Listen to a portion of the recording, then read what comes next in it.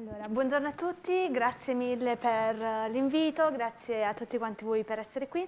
Come appunto è stato detto, io sono Associate Professor e vengo dal Paul Université Léonard de Vinci e ancora prima io ho lavorato per 5 anni alla University of West of Scotland a Glasgow. Ancora prima, durante il mio dottorato, ho vissuto in Cina, dove anche ho lavorato come commercial manager per un'azienda australiana, circa 6 mesi, poi in Scozia mi sono trasferita in Scozia dove sono stata lì 6 anni e ho lavorato anche come digital account manager per un'azienda di marketing, poi interessi appunto ritorna nell'ambito dell'accademia e ritorno lì. C'è anche una news in tutto ciò, sono ritornata in Italia. È da circa 2 settimane che sto lavorando all'Università, Dipartimento di Management dell'Università di Torino, quindi ancora appunto con un'affiliazione al Polo Università Leonardo da Vinci e anche collaborando con l'Università di Sassari. Quindi un po' anche il cosiddetto rientro dei cervelli. Oggi spero che il mio intervento comunque possa darvi dei benefici. Desidero darvi degli strumenti e soprattutto mostrarvi dei casi aziendali con cui ho collaborato in questi anni. Il tema di oggi è appunto il turismo. Facciamo una breve parentesi come sta andando appunto il turismo in Italia, che sembra che nel 2018 ci sia stato appunto una crescita del turismo in Italia e soprattutto anche degli stranieri, delle forti appunto presenze di stranieri in Italia. Laddove abbiamo una maggiore concentrazione prettamente al nord, appunto anche Roma, come Joseph appunto prima diceva, Roma viene anche vista una delle mete dal punto di vista anche liturgico, cioè religioso, quindi abbastanza ambita. La Sardegna e Liguria ho notato che ha una crescita sostenuta. Nonostante posso dire che la Sardegna è abbastanza ambita durante appunto il periodo quindi estivo, ma c'è ancora una crescita sostenuta. Andiamo a vedere un po' più nello specifico. Vediamo che c'è stata appunto una crescita di 14,6 milioni di turisti, 800.000 di più rispetto all'anno precedente, crescita di circa del 5,8%, laddove però si vede che è una crescita degli stranieri del 4,2%, quindi inferiore a quella che è la crescita degli italiani. Perché questo? Che tipo di strumenti possiamo utilizzare per cercare di capire in cosa possiamo migliorare? Una cosa che mi piace spesso utilizzare e vi dico che ho usato sia con imprese a livello internazionale ma anche molto spesso con i miei studenti ovviamente, è l'appunto, prima di parlare di questo, dell'appunto del Business Model Canvas. Conoscete? Perfetto. Il Business Model Canvas io oggi lo voglio applicare a questi 4 aspetti. La personalizzazione. Prima appunto Joseph vi ha mostrato il mercato spagnolo e vi diceva sempre come il consumatore oggi vuole un qualcosa di personalizzato, un qualcosa che sia tailorizzato, che mi tenda a vestire. Quindi sempre qualcosa di specifico. Come andiamo poi a personalizzare l'offerta, il servizio che vogliamo dare al nostro consumatore? Lo vedremo di seguito. L'esperienza. Vado in vacanza, voglio fare esperienza. Voglio vedere qualcosa di nuovo, però voglio anche che appunto l'operatore mi indirizzi nel scoprire quel qualcosa di nuovo. Quindi l'importante è far fare al turista un'esperienza innovativa, diversa. Turismo cinese. Ho visto che già nelle precedenti, sezioni, incontri, avete parlato del turismo cinese. Appunto è uno dei trend abbastanza di moda e anche in voga attualmente ed è un turismo sempre in crescita che bisogna andare a colpire. Perché bisogna attirare anche il turista cinese nelle nostre terre, il quale comunque ha una capacità di spesa abbastanza ampia, che comunque sappiamo che hanno un numero al tempo stesso molto ampio e amano l'Italia. Ve lo dico personalmente, perché vivendo in Cina, ho vissuto comunque 6 mesi a Pechino e anche lavorato lì, vi dico che noi italiani veniamo esaltati, le nostre terre sono ritenute comunque le più belle, ma dagli stessi francesi, che un po' vengono anche ritenuti i nostri fratelli, ma anche alcune volte vengono visti anche un po' come coloro che ci invidiano. In realtà anche questo è vero, tutti amano la nostra terra, ma dobbiamo essere più bravi, secondo me, a promuoverla. Le nuove tecnologie digitali. Questo per alcuni può essere una sorta di scoglio. Le nuove tecnologie digitali, come utilizzarle. Vi farò vedere anche un progetto che ho sviluppato con la University of West of Scotland, dove appunto lì ero associate professor e anche project manager, quindi c'è molto la collaborazione con le imprese, proprio un po' per il concetto dell'impact case study. Noi non siamo solamente teorici, ma che tipo di impatto possiamo dare alle imprese, all'economia? E quindi abbiamo sviluppato, utilizzando quindi degli strumenti di virtual reality, la promozione dell'isola di Arran, che dopo vi mostrerò. Conoscete un po' la Scozia? L'isola di Arran? Ok. Ritornando al Business Model Canvas. Questo diciamo, è uno dei giochetti che a me piace fare, faccio fare anche ai miei studenti. Abbiamo i 9 blocchi. Ragazzi, dobbiamo valutare l'azienda che abbiamo davanti. Vi dico che appunto proprio ieri hanno fatto un esame su questo e si basava proprio sull'analizzare le piccole e medie imprese e cercare di capire come l'impresa se stia andando avanti, quindi progredendo in maniera efficiente ed efficace, e come potesse proiettare il proprio business verso il futuro. Principalmente abbiamo i 9 blocchi, come appunto vi dicevo, quindi Customer Segment, Customer Relationships, Channels, Cost Structure, Key Partners, Key Activities, Key Resources, Value Proposition e Revenue Streams. Ora, andiamo a raggruppare questi 9 determinanti, questi 9 blocchi, in 3 principali determinanti. Abbiamo Feasibility, Desirability e Viability. Desirability. Cosa il consumatore desidera? Per identificare cosa il consumatore desidera, io vado ad individuare quali sono le value proposition, ovvero qual è la mia unique selling point, il mio vantaggio competitivo. Customer relationships.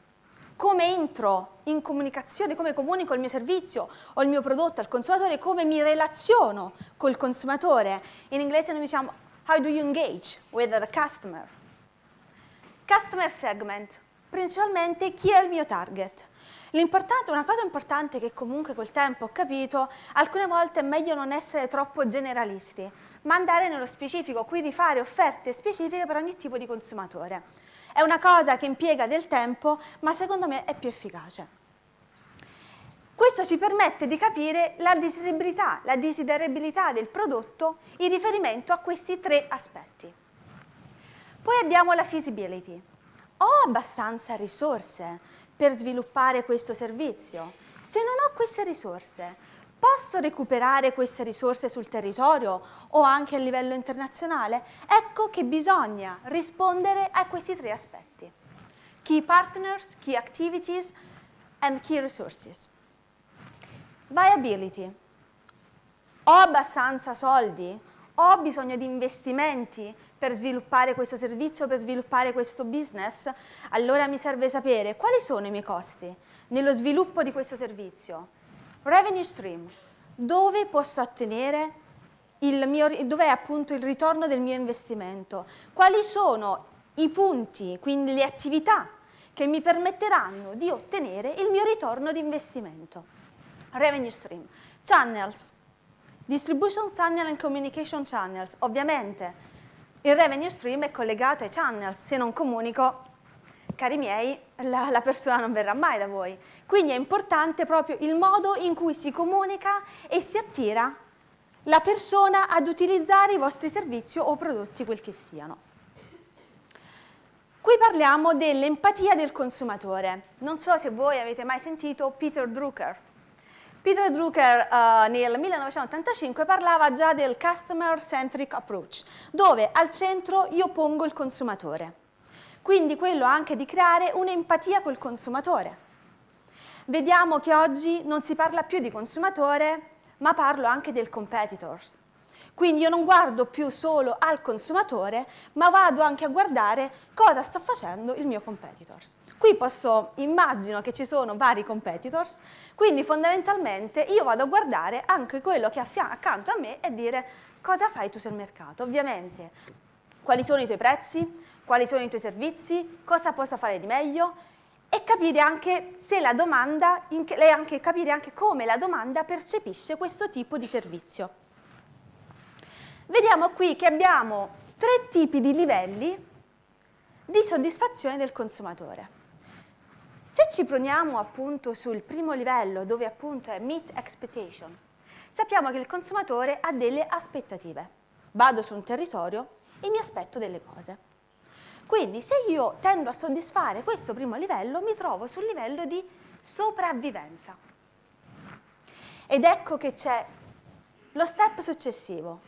Io voglio avere successo, non voglio solo arrivare ad un livello di break-even, quindi un livello di sopravvivenza, ma vado ad incontrare i desideri, meet desires, quindi verso il successo. Quello che vado a fare principalmente è creare un livello di fedeltà, quindi una customer loyalty, con il mio consumatore. Lo step successivo, che viene chiamato anche create evangelism, quindi è quella completa trasformazione che vado ad immettere sul mercato, andando ad identificare quei bisogni che non sono noti, quei bisogni che non sono espliciti. Pensate al classico appunto esempio della virtual reality. Avevamo bisogno della virtual reality? Non penso. O dell'augmented reality con il gioco dei Pokémon. Avevamo bisogno di giocare con i Pokémon? Non penso. Però quando c'è stata appunto introdotta l'opzione di usarli, perché no? E quindi c'è stata quella sorta di bisogno non conosciuto che è stato emerso. La stessa cosa appunto degli smartphone. Penso che i nostri nonni potevano tranquillamente vivere senza lo smartphone, eppure con la Apple, la Samsung e quindi poi gli altri competitors hanno innescato quindi dei nuovi bisogni. Anche l'attenzione, appunto il desiderio di essere sempre tutti connessi, in qualunque parte del mondo ci troviamo. Vi racconto appunto un aneddoto della sottoscritta, la mia stessa mamma non aveva mai utilizzato appunto social media, Skype o quant'altro, ovviamente come avete capito sono una global trotter e ho cominciato ad utilizzare tutti questi social media o appunto tutte le varie digital platform. Ford, questa è una frase che a me piace tanto. Ford dice: "Don't give customer what they want, give them what they need." Perché questo? Ford, come voi ricordate, inventò la T-Nera. La macchina appunto T-Nera, laddove lui dice: se io avessi dato a quel tempo ai consumatori quello che loro volevano, sarebbero aspettati un'altra carrozza. Migliore, leggermente diversa, ma fondamentalmente si aspettavano una carrozza. E invece no. Io ho capito quali erano i loro bisogni e gli ho dato una macchina che loro non si aspettavano. Quindi capite come il passaggio di quella trasformazione ha modificato ha introdotto un nuovo servizio e quindi al tempo stesso anche un nuovo prodotto. Questo è l'aspetto rivoluzionario che un servizio o un prodotto può fare. Ritornando al settore del turismo e ritornando alla personalizzazione, vi voglio parlare del concetto della destination personality e dopo vi farò vedere anche un caso aziendale dove appunto è stata applicata la destination personality ovviamente. La destination personality fondamentalmente su cosa si basa? Abbiamo l'identità, che appunto sarebbe l'identità della destinazione, la quale può essere appunto Sardegna. Secondo voi, che tipo di identità diamo alla destinazione Sardegna? Datemi degli aggettivi. Se dovete identificare appunto quel termine stesso o la destinazione Sardegna, Costa Smeralda, andiamo un po' più nello specifico, come la identificate? Mare, lusso, divertimento. Quindi queste sono principalmente le caratteristiche che andiamo ad utilizzare per identificare la Costa Smeralda. Andiamo un po' più nello specifico. L'immagine. Come il consumatore però percepisce la Costa Smeralda? Forse, appunto, come si diceva, cara, costosa. Questo è vero. Questo è vero. Però ci sono anche, da quel che ho sentito ovviamente dire, ci sono anche alcuni consumatori che percepiscono invece la Sardegna, quindi più appunto la zona tipo di Cagliari e quant'altro, più naturalistica, quindi più come una vacanza devota a quello che è l'aspetto quindi naturale, quindi sport, trekking e quant'altro. Quindi c'è un po' il giocare su ambi le cose, appunto ambi le parti. Vediamo che abbiamo l'identità, quindi l'identità che viene data quindi alla destinazione, più l'immagine noi andiamo a creare quello che è la personalità. Quindi combiniamo entrambi gli aspetti per dare una personalità al luogo, alla destinazione. Quindi come possiamo misurare questa identità e questa immagine e come appunto possiamo connettere entrambe le parti. Sappiamo che appunto sia un consumatore è felice, ci ritorna, ma al tempo stesso, come anche Joseph diceva, c'è il concetto del passaparola, sia online che appunto offline, dove io sono contento, ritorno, ma al tempo stesso lo comunico anche agli altri, quindi crea un'aspettativa di desiderio anche nelle altre persone.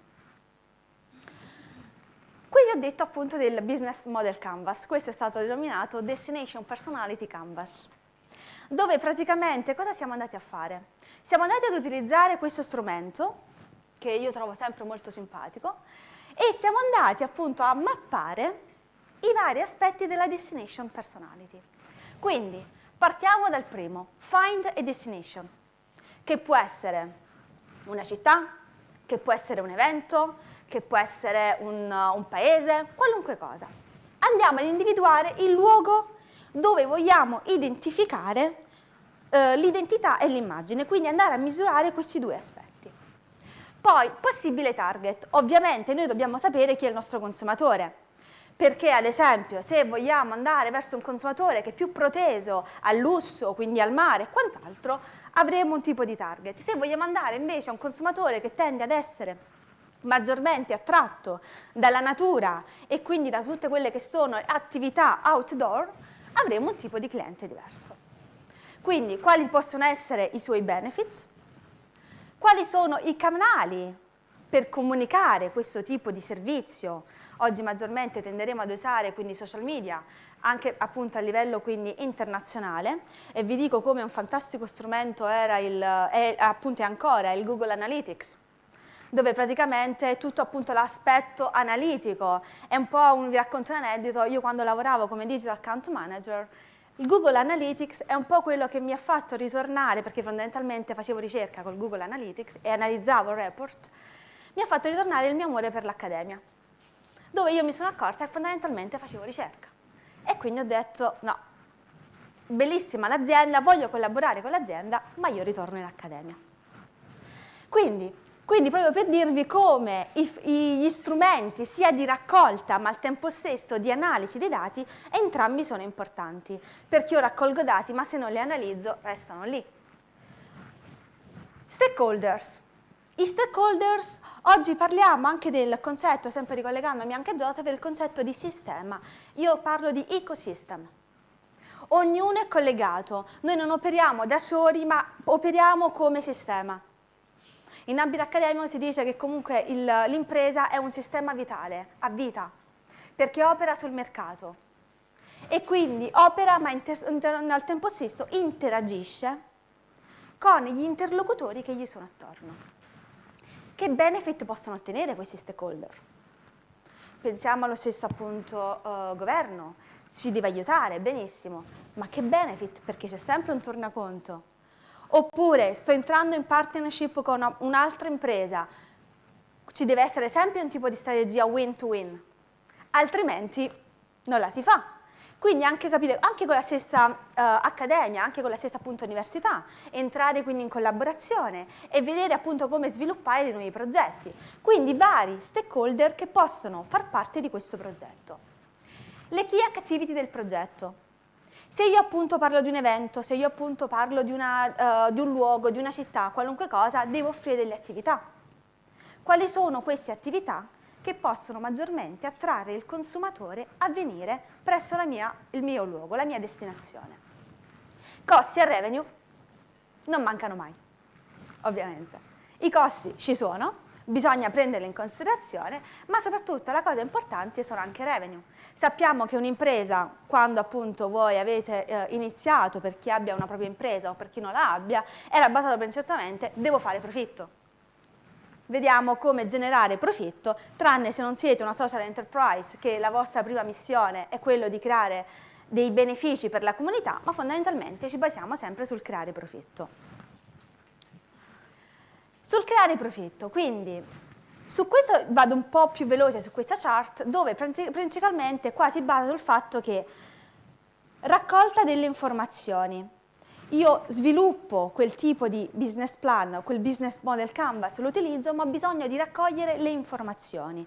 Come raccolgo le informazioni? Attraverso quelli che appunto sono ad esempio dei digital survey, che possono essere anche appunto offline. Quindi si basa sempre, partite sempre dal fatto, faccio delle ricerche di mercato, che è indispensabile. Dalle ricerche di mercato capisco come sta andando il mercato, dove voglio andarmi a focalizzare, entro anche in contatto con alcune persone per capire i loro feedback, da lì vado a strutturarmi tutto il mondo del canvas per capire anche il nuovo progetto e cosa mi manca. Quello è un aspetto molto importante perché alcune volte diventa noioso strutturare, anche appunto pesante, ma facendo questo sia sorta anche di diciamo di gioco, di quant'altro, di attività anche con i vostri colleghi, diventa anche più facile, vi permette e permette a tutti di conoscere l'andamento presente e futuro dell'impresa. Quindi, ritornando qui, vediamo come al punto 3 e 4 è un aspetto che mi interessa di più, riguardo la destination personality, dove vado a vedere human personality question, destination personality question. Vado a vedere, voglio appunto capire il mio consumatore cosa pensa del luogo, quindi formulo questo questionario. Vado però a strutturarmi su quali sono le human personality, qual è appunto la personalità del mio consumatore. Destination personality, quali sono gli aspetti che vanno a costituire un'identità alla mia destinazione. E qui vi do altri due strumenti. Hultman e Skarmias nel 2012 parlano del concetto di Destination Personality Scale, dove andiamo a vedere che identificano 6 tipi di fattori: active, exciting, dependable, sophisticated, rugged and hospitable. La mia destinazione è sofisticata? Parliamo del concetto appunto, parliamo della Sardegna. Potreste dire che la Sardegna, appunto la Costa Smeralda, un po' più nello specifico, è sofisticata, è attiva, cioè nel senso è dinamica, offre sempre nuove cose. Rugged, non penso, però rugged è molto più grossolana, è un po' più rozza, oppure sì, tende comunque ad essere ospitale, oppure ad essere appunto eccitante. Come la paragonate? Ho visto lei che diceva no ad eccitante, quindi la Sardegna non la si trova eccitante. Costa Smeralda, scusi. Costa Smeralda non la si trova eccitante. Questo è da un punto di vista appunto del business, perché, non so, dal punto di vista del consumatore, alcune volte è tutt'altro. Però, per esempio, la definirei anche sofisticata. Non la definirei per niente rugged, cioè per niente rozza.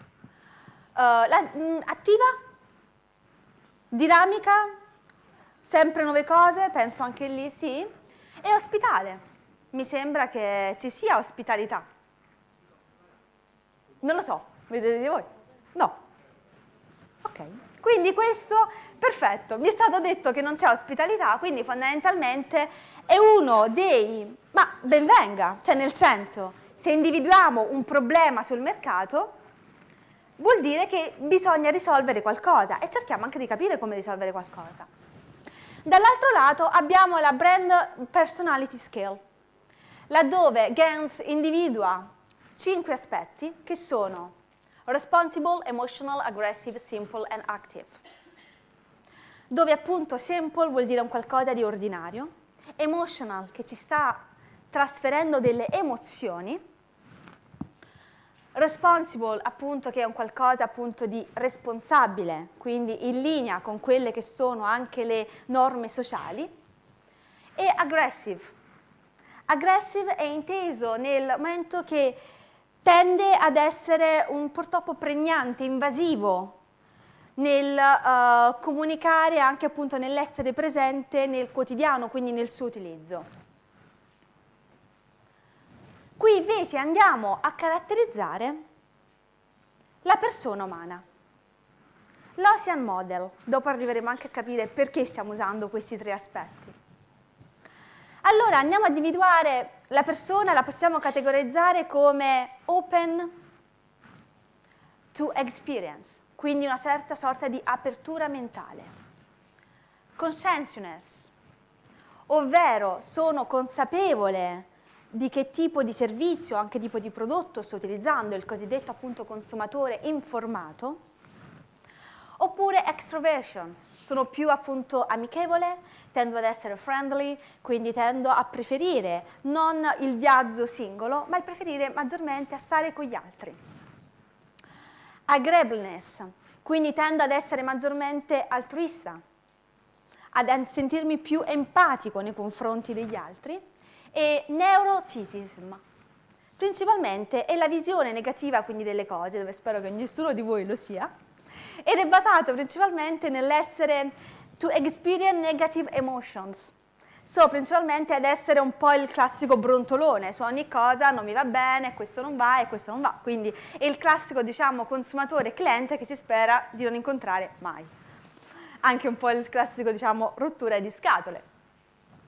Qui con l'azienda Bismarck, che appunto che è un'azienda italiana e irlandese, appunto con sede irlandese, abbiamo sviluppato un prodotto. Loro ovviamente hanno sviluppato la platform, io ho collaborato con loro nello sviluppo di questo tipo di progetto, che la platform appunto si chiama MySmart e si basava proprio sull'individuare la personalità del cliente e al tempo stesso andare quindi a valutare qual era la destination personality del Peggy Guggenheim e anche la brand personality del Peggy Guggenheim.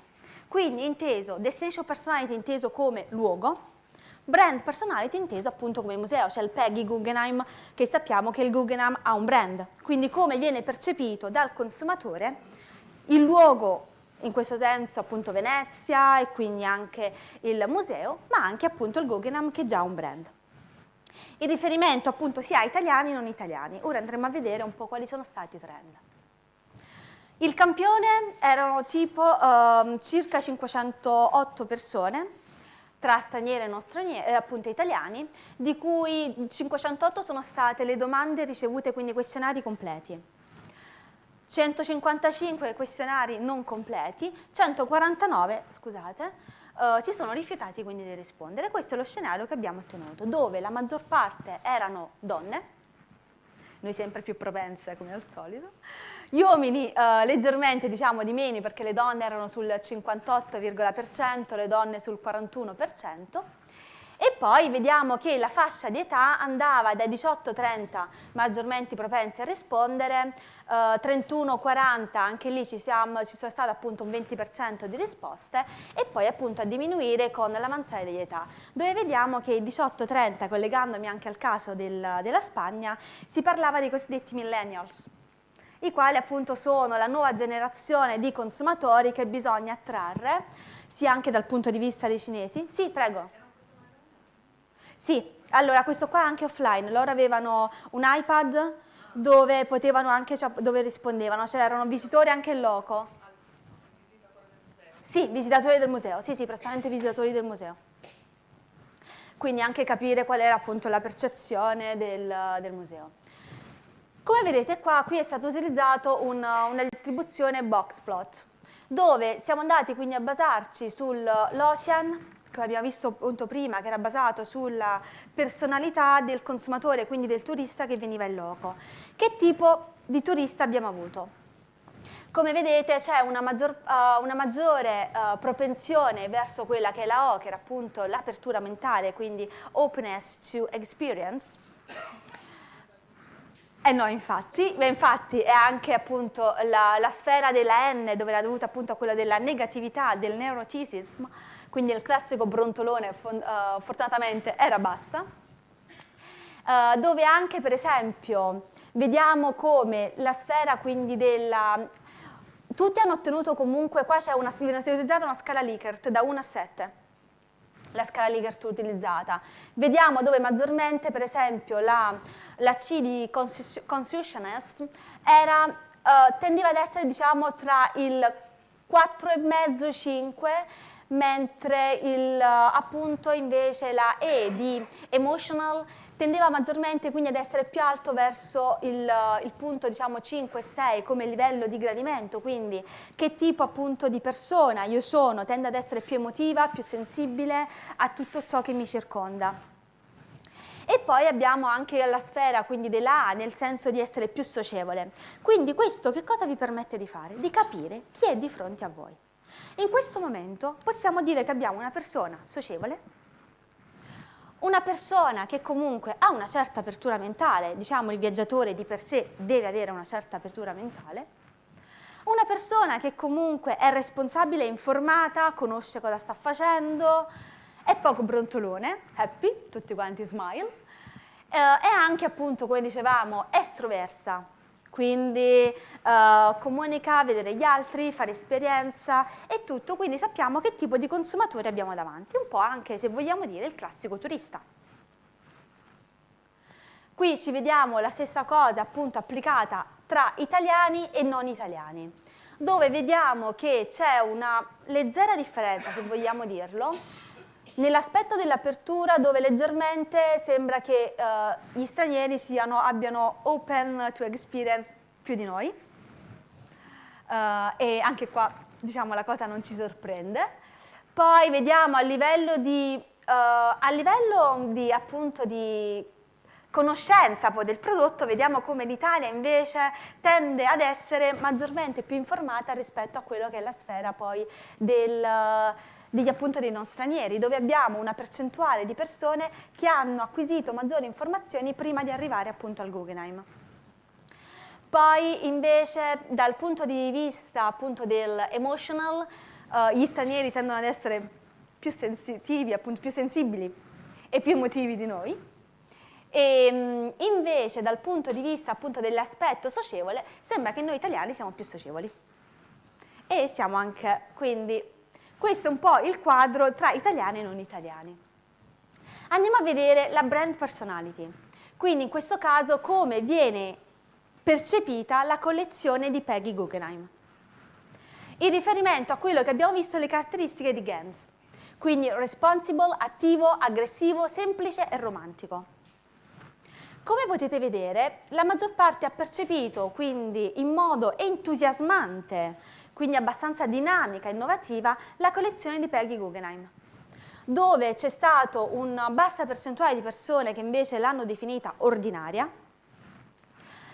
aggressiva, cioè nel senso che comunque c'è stata una sorta anche di empatia diretta con il tipo appunto di collezione, abbastanza attiva, responsabile, quindi comunque mantiene dei livelli quindi abbastanza alta, romantica, c'è stato anche un punto di vista non livelli, diciamo una percentuale molto alta, ma c'è comunque stata anche una sorta di empatia con la collezione, cioè sono stati appunto hanno provato delle emozioni nell'osservare un quadro o una scultura o quel che si voglia. Una classica cosa che ci capita anche quando si va appunto in un museo e ci sono determinati quadri, dipinti o quant'altro che ci trasmettono delle emozioni.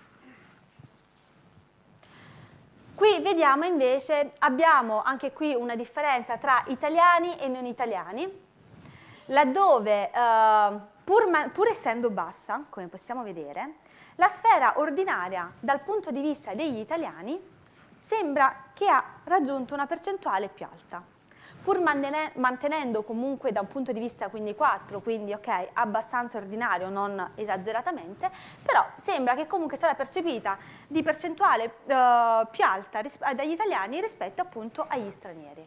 Laddove invece anche gli stessi italiani l'hanno ripercepita, questo c'è anche una sorta un po' anche di controsenso, se possiamo leggere da questo grafico, l'hanno percepita anche più attiva e dinamica. Quindi forse erano un po' confusi sul concetto tra ordinario e dinamico. E poi al tempo stesso vediamo che fondamentalmente non c'è questa grande appunto differenza, appunto dal punto di vista attivo siamo più alti, responsible siamo prettamente quindi uguali. Quindi ci sono delle lievi differenze tra quello che è il consumatore italiano e quello che è il consumatore straniero. Andiamo a vedere la brand personality, scusatemi, la destination personality, quindi come è stato percepito il luogo, il museo. Affascinante, altolocato, quindi sofisticato, energico, affidabile, divertente e duro. Bassa percentuale del duro, cioè praticamente non è stato percepito come un qualcosa di rustico, un qualcosa appunto di grossolano, ma è stato percepito maggiormente come un qualcosa di affascinante, altolocato, anche quindi energico. Quindi un po' si è, diciamo, centrati. Si è riusciti a centrare quello che comunque si voleva raggiungere, la percezione del consumatore, cercare di essere un museo affascinante, altolocato, al tempo stesso anche divertente, affidabile, ma non grossolano. La differenza appunto che vediamo tra italiani e non italiani, laddove gli italiani lo hanno percepito più altolocato rispetto agli stranieri, mentre vediamo energico, quindi affidabile e divertente, in linea di massima forse gli stranieri maggiormente di livello più alto, ma anche gli italiani hanno compensato, ed entrambi appunto affascinante.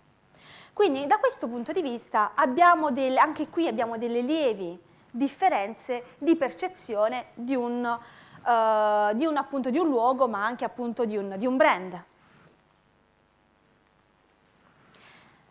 Questo applicato ora a questo, noi abbiamo visto come questo tipo di modello, quindi questo tipo di analisi percettiva del brand, della destinazione e anche al tempo stesso conoscere quello che è il consumatore, è stata applicata a un museo.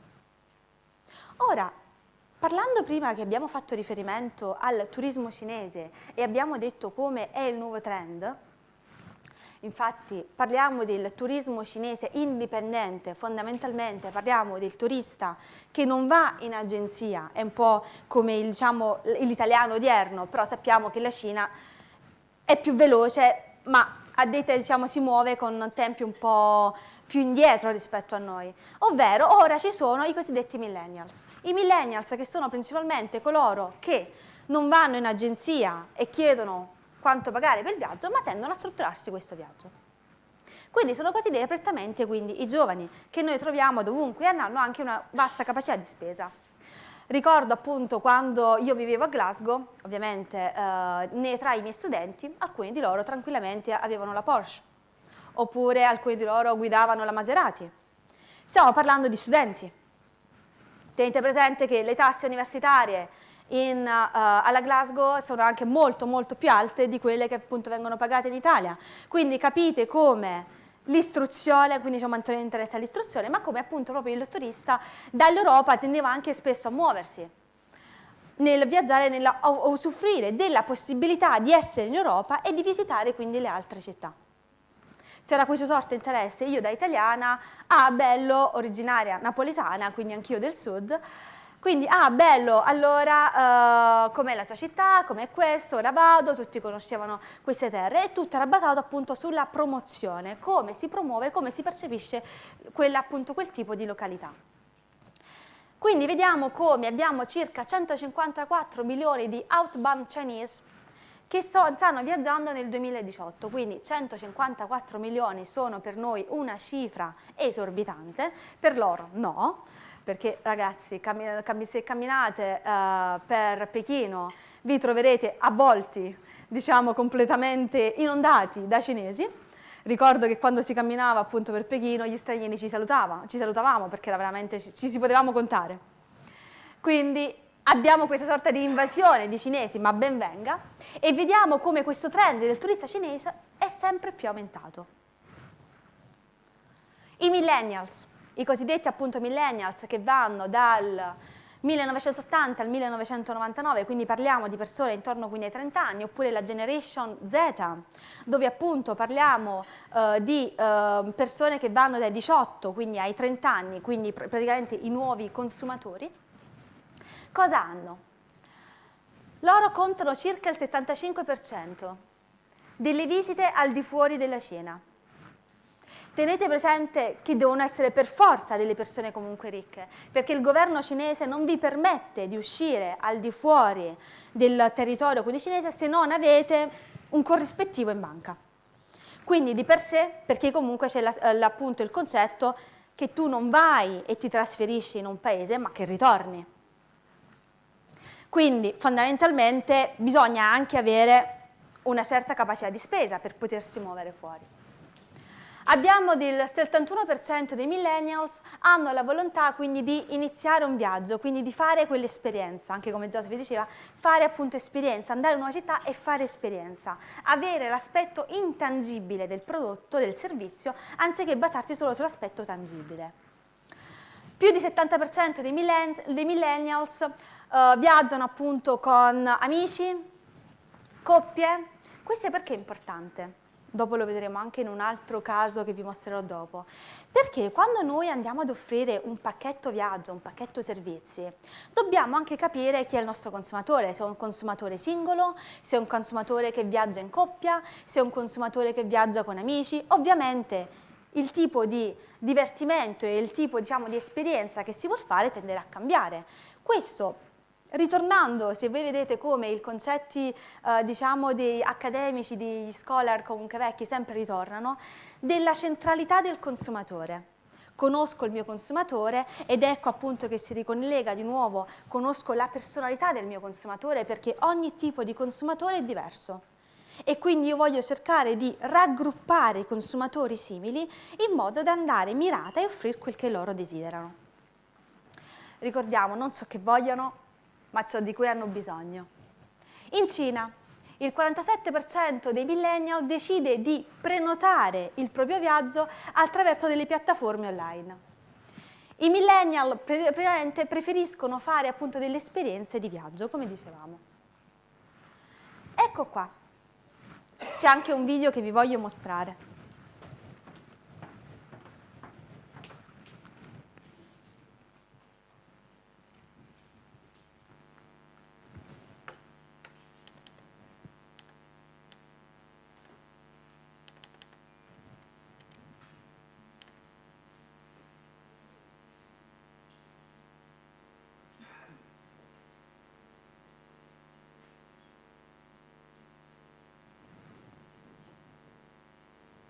Caricamento un po' lento, scusate.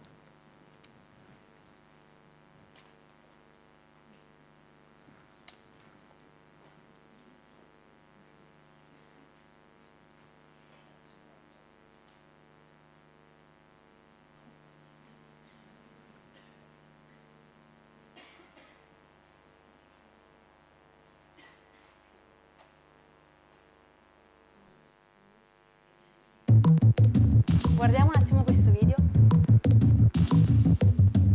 Hi guys, she is Elena, an Italian girl trying to organise a holiday in Ireland with her friends. Oh my god, so much info about Ireland. Activities, hotels, restaurants, rentals. She is not going through so many ratings. She has to do many other things to get ready.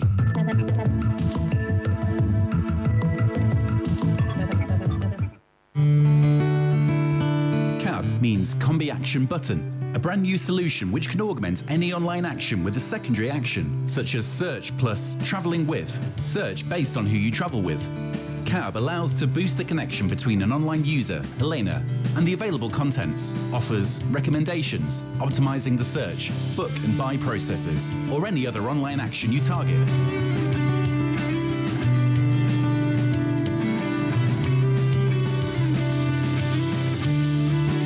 To know more, www.mysmark.com.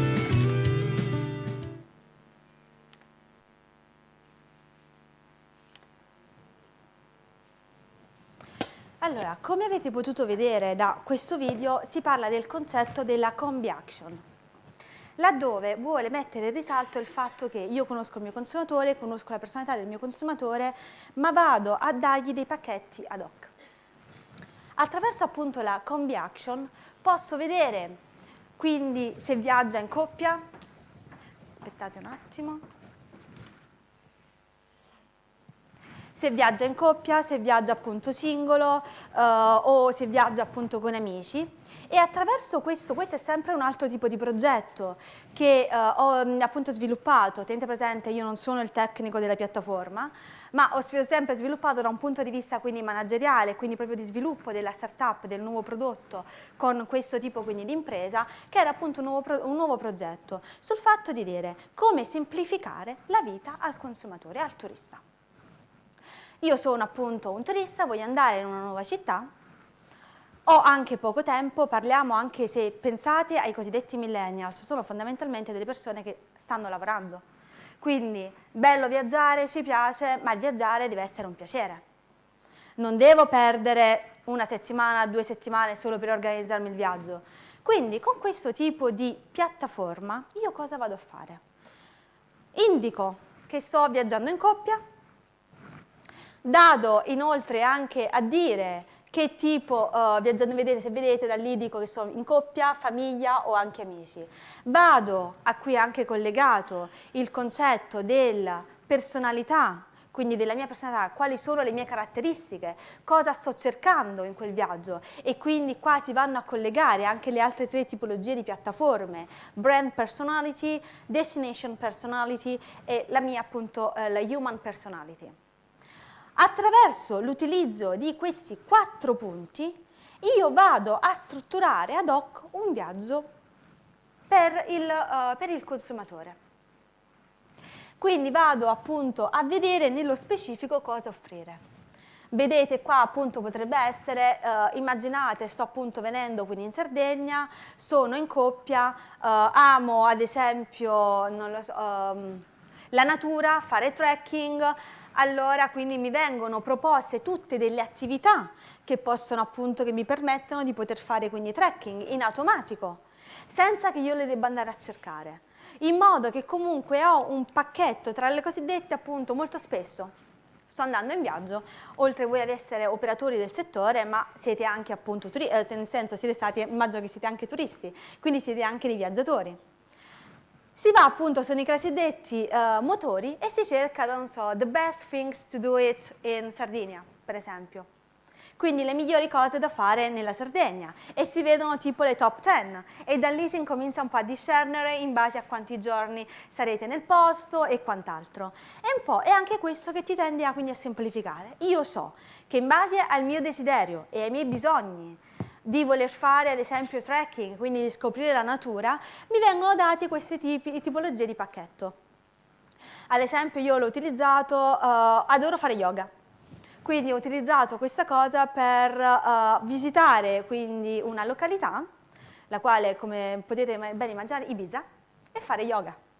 Una cosa completamente diversa da quello che si immagina di fare ad Ibiza. E invece, quindi utilizzando anche questi motori, ho scoperto un piccolo villaggio che si chiama San Gertrudis, e che praticamente è una sorta di oasi completamente distaccata da quello che è il concetto di Ibiza e party. Quindi è anche un po' un modo per promuovere delle eccellenze e anche delle peculiarity di un posto dove la percezione generale di una località, facciamo appunto, come dicevo, il caso di Ibiza è praticamente quello di andare là e far festa. In realtà ho scoperto che quel tipo di località non era solamente questo. E immaginate che sono andata anche nel fuoristagione. Quindi anche perché questo? Perché per esempio, mia curiosità o quant'altro, ho analizzato anche il turismo qui in Sardegna e ho notato che principalmente c'è un picco nel periodo estivo. Ma cosa accade negli altri momenti dell'anno? Bisogna colmare. E se appunto, come abbiamo visto in Spagna, c'è questo concetto appunto dell'INPS che aiuta appunto il pensionato quindi a viaggiare, basatevi su una cosa: il turista cinese, ritornando di nuovo al turista cinese, quando cade il capodanno del turista cinese? Febbraio. Perfetto. Perché non colmare quel gap, appunto quel periodo con qualcosa? E viaggiano. Per esempio, anche di nuovo, quando ho vissuto in Cina, la prima decina di giorni di ottobre c'è una sorta di 10 giorni, loro festeggiano, ora non ricordo bene qual è la festività specifica, ma è una sorta di festa nazionale, tipo festa della Repubblica, una cosa di appunto di festa nazionale, per 10 giorni, e per 10 giorni è tutto chiuso, viaggiano. Quindi noi sappiamo che gli italiani lavorano, ma c'è un flusso di persone abbastanza esiguo che possiamo attirare a venire nei nostri paesi. Lei mi dice un po' così. Perché? Per l'esperienza che ho avuto io a Milano, il turista cinese vuole il lusso dell'extra lusso. Sì, Pretende, vuole.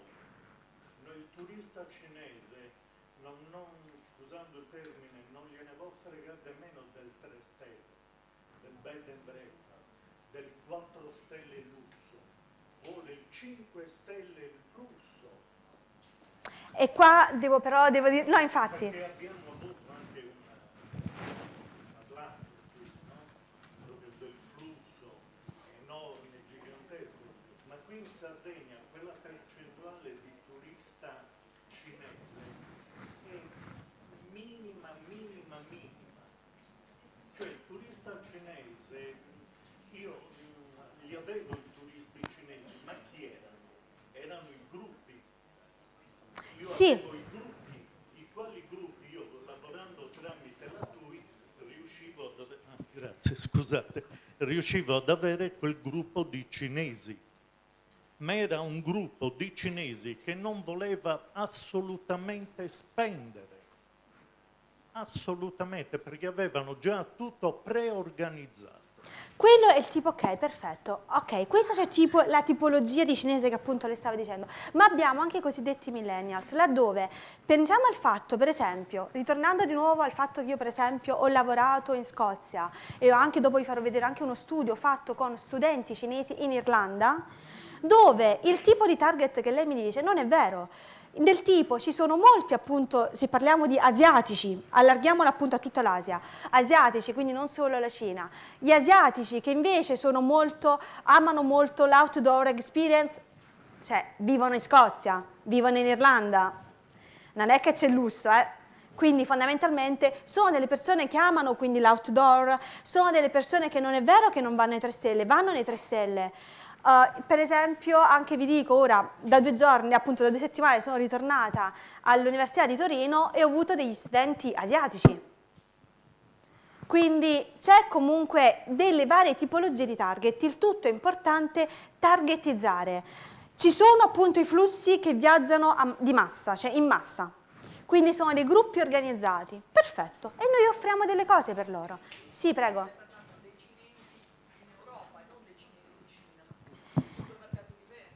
Infatti bisogna tener presente entrambi. Infatti dopo quello che volevo...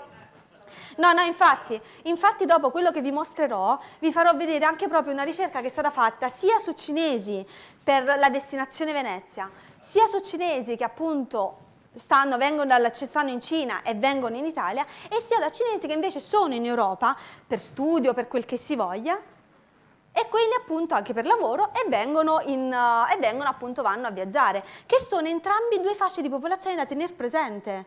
Sono appunto 2 target comunque da tenere presente, perché laddove appunto abbiamo il cinese che parte dal suo territorio d'origine e viaggiano in massa, chi invece, noi parliamo sempre, per questo vi ho accennato, vi ho anticipato il concetto dei millennials, che sono i giovani i quali viaggiano alcune volte non più in massa, viaggiano con amici, ma sono un po' come i nostri giovani, cioè sono un po' come noi, viaggiano comunque con amici, quant'altro, prenotano i propri viaggi online, quindi è un concetto di turismo diverso.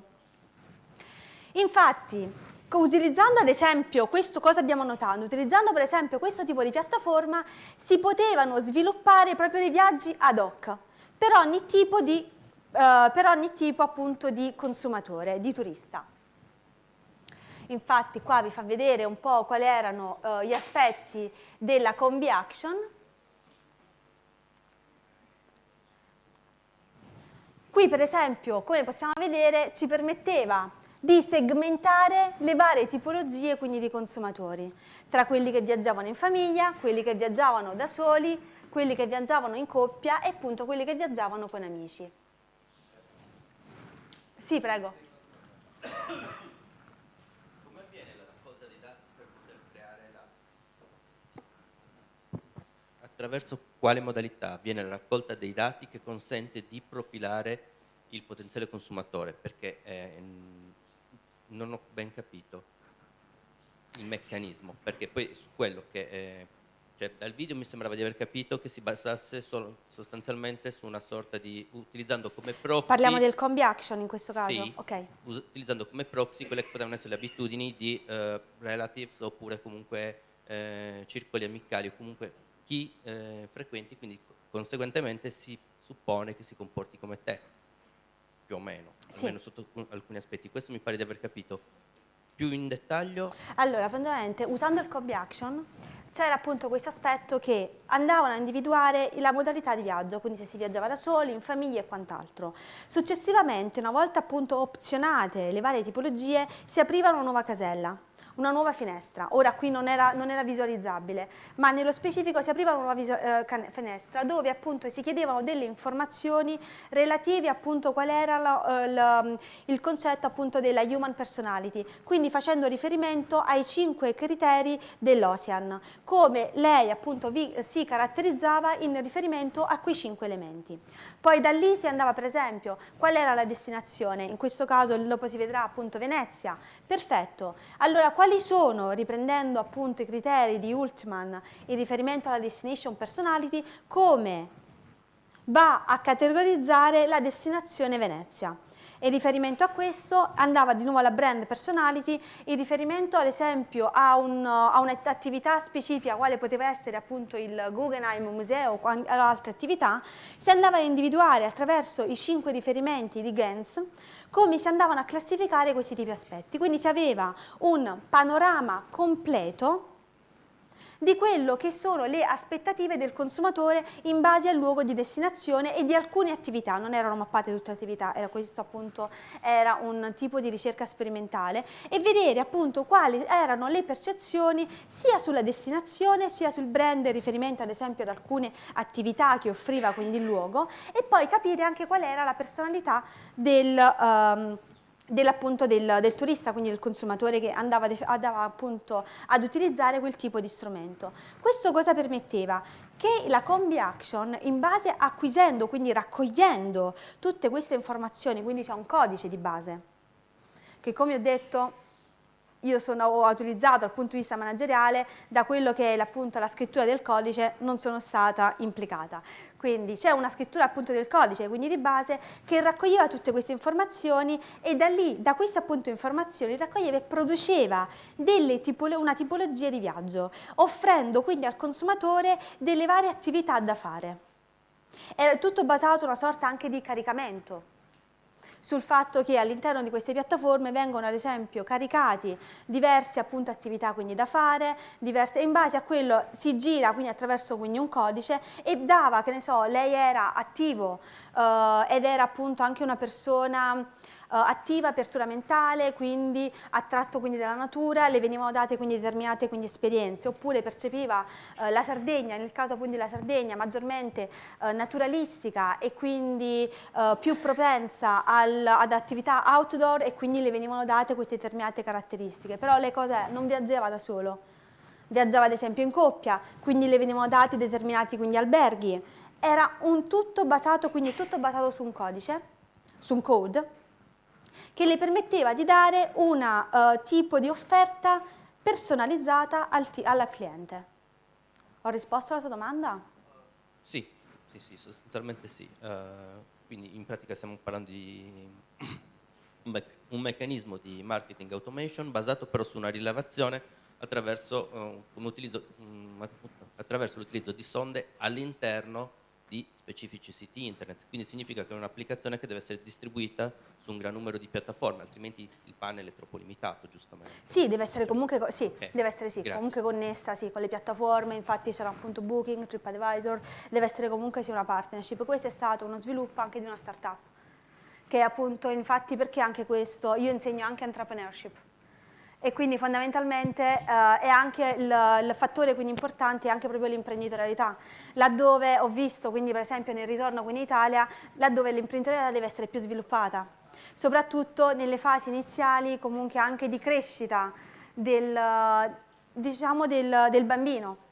In Inghilterra si fa imprenditorialità dall'età di 10 anni, dove in collaborazione anche con l'università noi abbiamo creato dei workshop, Lego workshop, proprio per stimolare il concetto di imprenditorialità.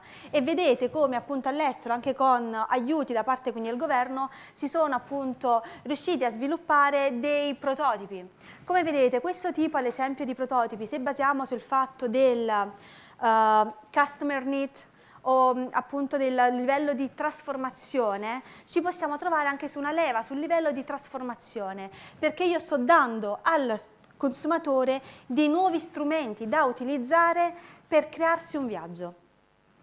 Quindi anche questo c'è sempre un aspetto innovativo. La cosa importante è mai annoiare il consumatore, ma offrire al consumatore sempre degli aspetti innovativi, sempre delle cose che può, diciamo, può essere curioso, può conoscere di più, stimolare la sua curiosità. Questa è una cosa importante. Allora, come possiamo vedere, quindi qua vi porto anche ad alcune ricerche che sono state fatte sia sul territorio irlandese sia sul territorio quindi veneto e poi il riferimento a quelli che sono gli studenti cinesi, quindi ritornando anche appunto al concetto di nuovi turisti asiatici però residenti diciamo in Europa che comunque hanno un tipo di human personality completamente quindi diversa. Sempre stata fatta anche qui in collaborazione con appunto la Bismarck, che è questa azienda italo-irlandese. Come vedete le eccellenze italiane sono, sono anche quindi all'estero. Ci facciamo sempre, diciamo, diamo sempre una buona impressione all'estero.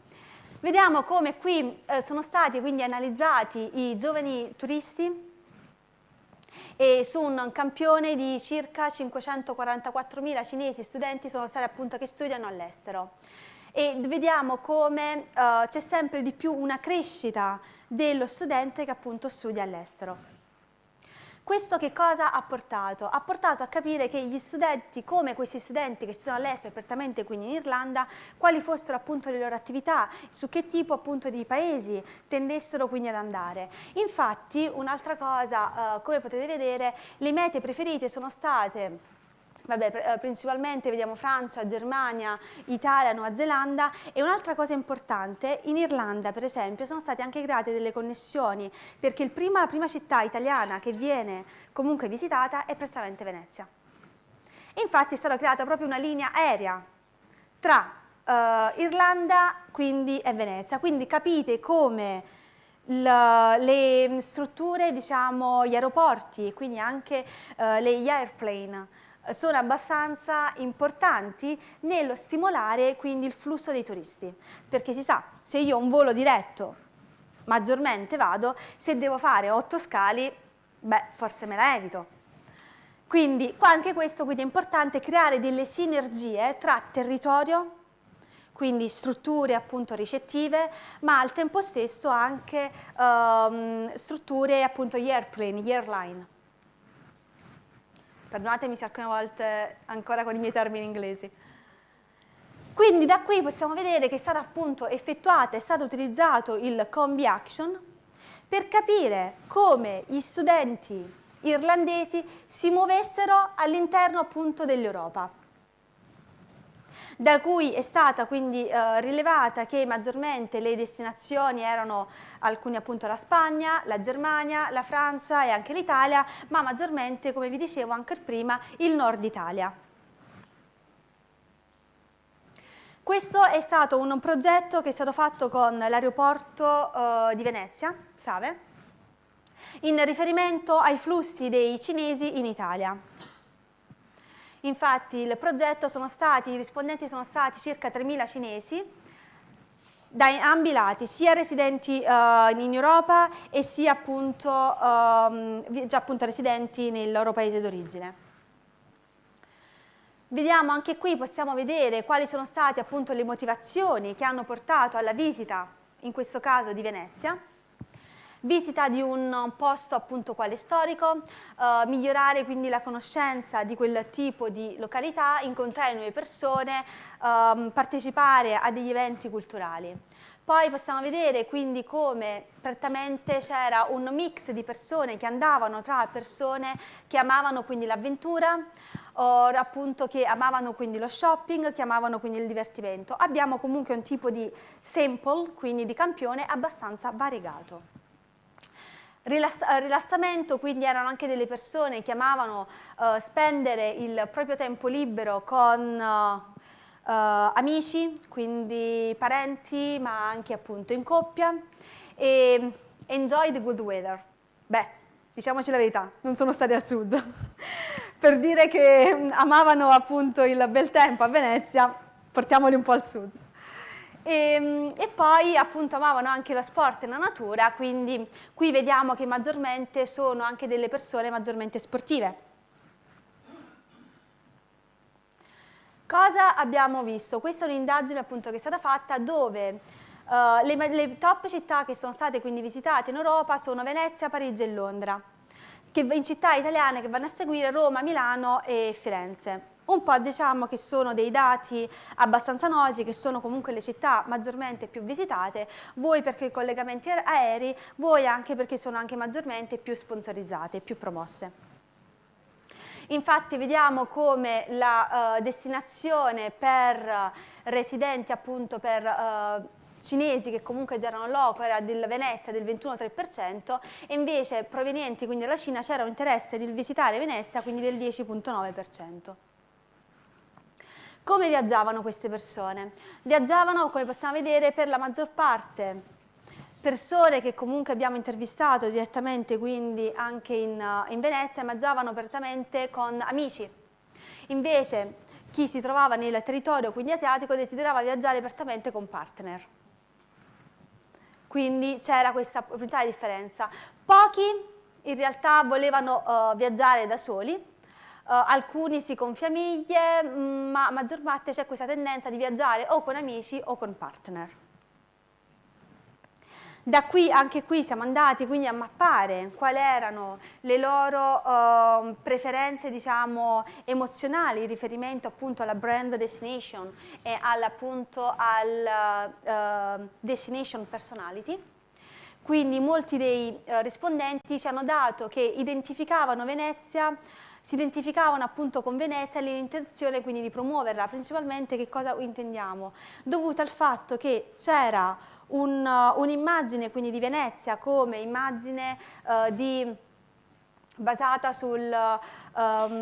appunto sofisticata, naturale, open, abbastanza quindi aperta quindi al consumatore, dove fare appunto socialità piena e quindi ricca quindi di attività, e quindi però c'era anche quindi questo senso di promuoverla, quindi era anche quindi il concetto di retention, sono contento di dove sono stato e posso anche promuovere l'attività, quindi il posto dove sono stato alle altre persone. Maggiormente abbiamo tipo identificato un target che va dai 22 ai 37 anni, quindi i cosiddetti millennials. Queste sono delle strategie che poi sono state quindi, diciamo, attuate per lo sviluppo quindi, del territorio quindi, cinese, offrire dei pacchetti ad hoc per gruppi, quindi anche a coppie. Target specifici, quindi vediamo maggiormente creare quindi delle partnership, quindi l'importante è la sinergia con l'ecosistema, mai lavorare da soli e sempre condividere. E poi avere un'altra cosa, quindi anche importante, una cosa che per esempio si sta utilizzando molto, sono i cosiddetti ambassadors. Laddove il cosiddetto appunto Instagram o appunto sì, infatti, perdonatemi l'ignoranza, ma io non sono molto aggiornata sulla, per esempio, la Chiara Ferragni, right? Ok, perfetto, che ho saputo che è diventata una appunto dei simboli appunto di molti followers grazie all'uso di Instagram. La stessa cosa si sta sviluppando anche sui territori per esempio cinesi, anche dal punto di vista del turismo, laddove pensate anche ai cosiddetti 3 stelle Michelin. Fondamentalmente io vi mostro il piatto, vi attiro a venire nel mio ristorante tramite quindi il piatto. La stessa cosa si fa anche dal punto di vista con il turismo, quindi usare quelle che sono le piattaforme digitali per promuovere il territorio. Questo qui è un riferimento appunto alla promozione del territorio. Qui si tratta invece di un progetto che abbiamo fatto con la University of West of Scotland, dove c'ho prettamente uno al tempo stesso dei miei colleghi che adora tutte le strumentazioni digitali. Quindi virtual reality, ricordo che proprio agli studenti venivano dati gli Oculus, i Google Oculus, per provare una realtà virtuale. Uno per esempio degli esperimenti che facemmo fu quello di, immaginate che state andando a vivere su Marte, ok? Quindi creammo con una piattaforma digitale l'ambientazione di Marte. Gli studenti avevano il Google Oculus, quindi guardavano com'era Marte, e da lì dovete creare una nuova idea imprenditoriale, un nuovo habitat per vivere su Marte. Quindi ci saranno dei costi, ma al tempo stesso ci saranno anche dei profitti da questa cosa. Mappiamo la cosa attraverso il Business Model Canvas e utilizziamo questa cosa. Stessa cosa fu fatta anche con i bambini, i cosiddetti pupils, dei 10 anni. Usavano i Lego e li facevamo immedesimare in una realtà imprenditoriale attraverso i Google Oculus. E questa cosa è stata fatta anche con le imprese. In che modo? Ovviamente sempre sul fatto di aggiornarsi, quindi utilizzare queste digital technologies, qui si è utilizzato una piattaforma che si chiama Visor. Vi dico, dovete smanettare, cioè nel senso, dovete fare pratica, perché è una cosa non impossibile, cioè tutti la possono utilizzare. Solo che ovviamente ci vuole del tempo, come ogni cosa, come tutte appunto le nuove tecnologie. C'è chi un attimo un po' più veloce nell'apprendere, che ci impiega un po' più di tempo, però ha anche il suo aspetto positivo e di divertimento. Comunque, collaborando appunto con l'isola di Arran, che soffriva un po' della mancanza di turista. L'isola di Arran aveva appunto quindi un problema dovuto al fatto che principalmente in alcuni, un po' come possiamo vedere anche lì era un'isola, e aveva un flusso turistico in determinati periodi dell'anno. Quindi le aziende soffrivano di questa cosa e volevano cercare di innovare e di promuovere meglio il territorio. È entrata questa collaborazione con la University of West of Scotland, perché maggiormente all'estero ma anche in Italia ho fatto Impact Case Study. Quindi, come vi dicevo all'inizio, come la mia ricerca va ad impattare, quindi a creare, a influenzare quello che è lo sviluppo economico. Quindi io non devo fare solo teoria, devo anche sviluppare un qualcosa che crea anche dei benefici al territorio. Cosa abbiamo fatto?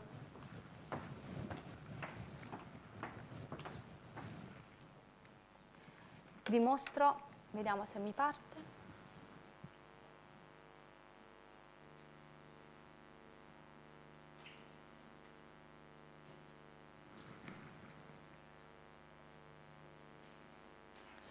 Allora, come potete vedere qua, vediamo se mi parte, qui avete,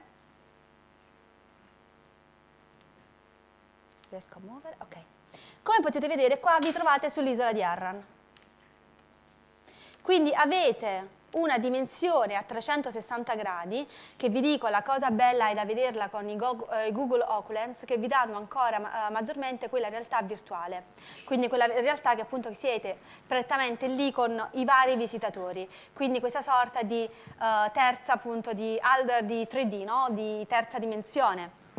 Principalmente cosa faccio? Mi trovo qui, come poi vedete avrete dei nomi, Taste of Arran, Arran Aromatics, NTS, ok. Principalmente io cosa sono andata a fare? Ho cliccato su una delle icone, appunto dei puntini che vi erano, che mi davano varie strutture e mi ha portato in un nuovo territorio. Voglio andarmi a vedere l'Arran Aromatics, che praticamente è un'azienda. Quindi un'azienda che cosa mi offre, dove è allocata, come è fatta, quindi principalmente vi fa vedere dove si trova l'azienda, come raggiungerla e come è strutturata. Se vedete, come in. Quindi io sto entrando prettamente nel negozio e sto guardando appunto col negozio, quindi cosa mi aspetta.